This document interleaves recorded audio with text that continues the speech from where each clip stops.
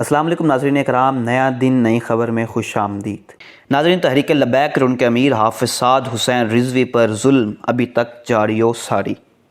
پہلے بیرونی طاقتیں حکومت وقت پر پریشر ڈال کر تحریک لبیک کے خلاف غیر آئینی اور غیر قانونی کام کرواتی رہیں،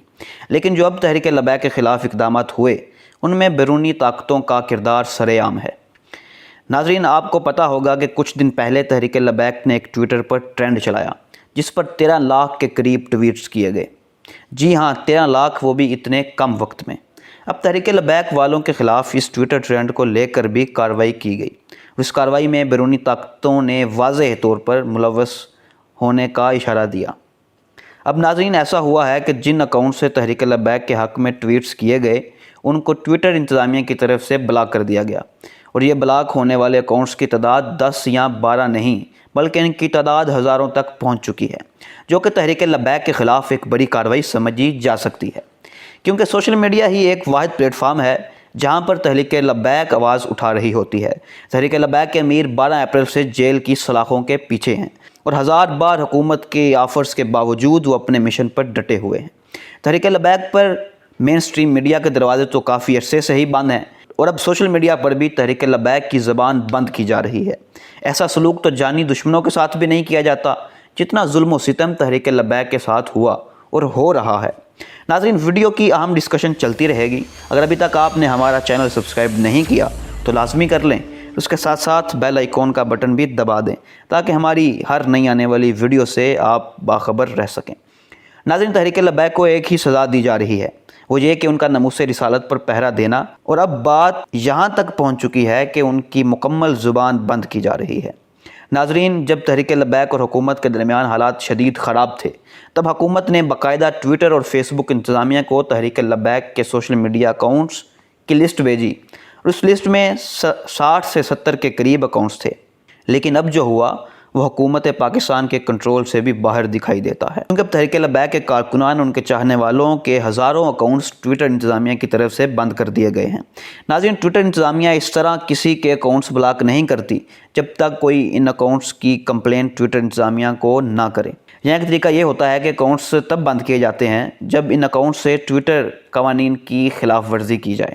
مگر تحریک لبیک کے معاملے میں ایسا کچھ بھی نہیں ہوا۔ تحریک لبیک تو صرف اپنے امیر حافظ سعد رضوی کے حق میں آواز بلند کر رہی تھی، اس حوالے سے متعلقہ اداروں کی توجہ حاصل کر رہی تھی تاکہ حافظ سعد رضوی کو انصاف دیا جا سکے۔ 4 ماہ ہونے کے قریب ہیں مگر حافظ سعد حسین رضوی ابھی تک جیل کی سلاخوں کے پیچھے غیر قانونی اور غیر آئینی طور پر موجود ہیں۔ ان پر ظلم و ستم کے پہاڑ گرائے جا رہے ہیں جس کی مثال کہیں نہیں ملتی۔ ناظرین، حکومت کی یہ مظالم کا سلسلہ آج سے نہیں بلکہ 12 اپریل سے عروج پر ہے، جب حکومت نے تحریک لبیک کے امیر حافظ سعد رضوی کو گرفتار کیا تھا۔ اس کے بعد حکومت نے ایک اور بڑا اقدام اٹھایا جس سے تحریک لبیک کو اندھیری گلی میں دھکیل دیا گیا، وہ تھا تحریک لبیک کی جماعت پر پابندی عائد کر دینا۔ اسی طرح ہی ظلم و ستم کا سلسلہ چلتا رہا اور حافظ سعد رضوی کی ہر ماہ نظر بندی میں توسیع ہوتی رہی، اور دوسری طرف تحریک لبیک بھی اپنے وکلاء کی مدد سے حکومت کے ہر اقدامات کا مقابلہ کر رہی ہے،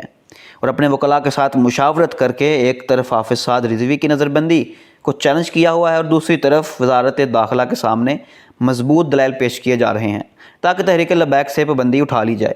مگر ابھی تک تحریک لبیک کوئی خاطر خواہ کامیابی حاصل کرنے میں کامیاب نہ ہو سکی۔ جولائی کے شروع میں لاہور ہائی کورٹ نے تحریک لبیک کے امیر حافظ سعد رضوی کی نظر بندی کو غیر قانونی کر کے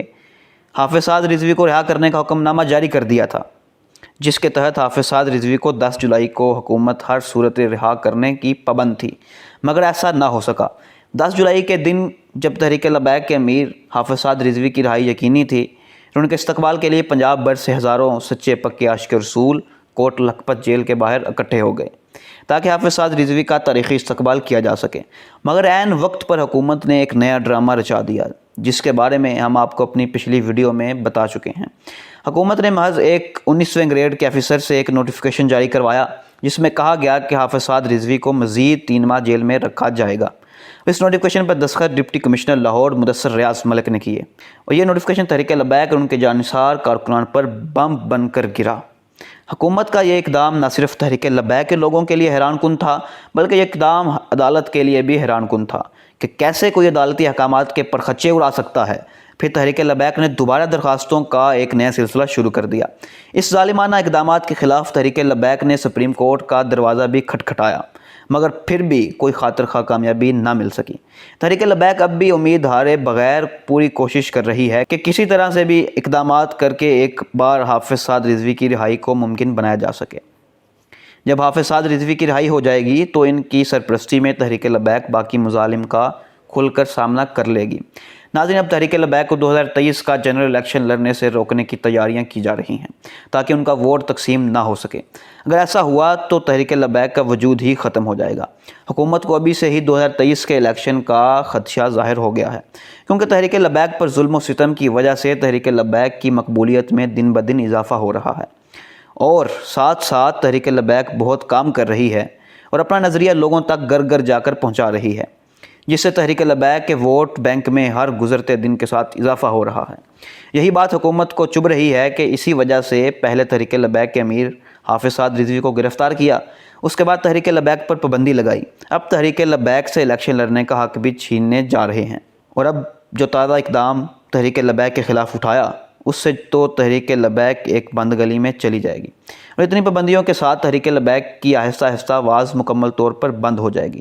جو کہ ایک بہت بڑی زیادتی ہے کیونکہ ایک شخص کا آزادی اظہار رائے بنیادی حق ہے جو کہ بین الاقوامی اسٹیبلشمنٹ چھین رہی ہے، کیونکہ تحریک لبیک نے جو ٹاپ ٹرینڈ چلایا اس میں فرانس اور دیگر مغربی طاقتوں کو بھی خوب نشانہ بنایا گیا تھا،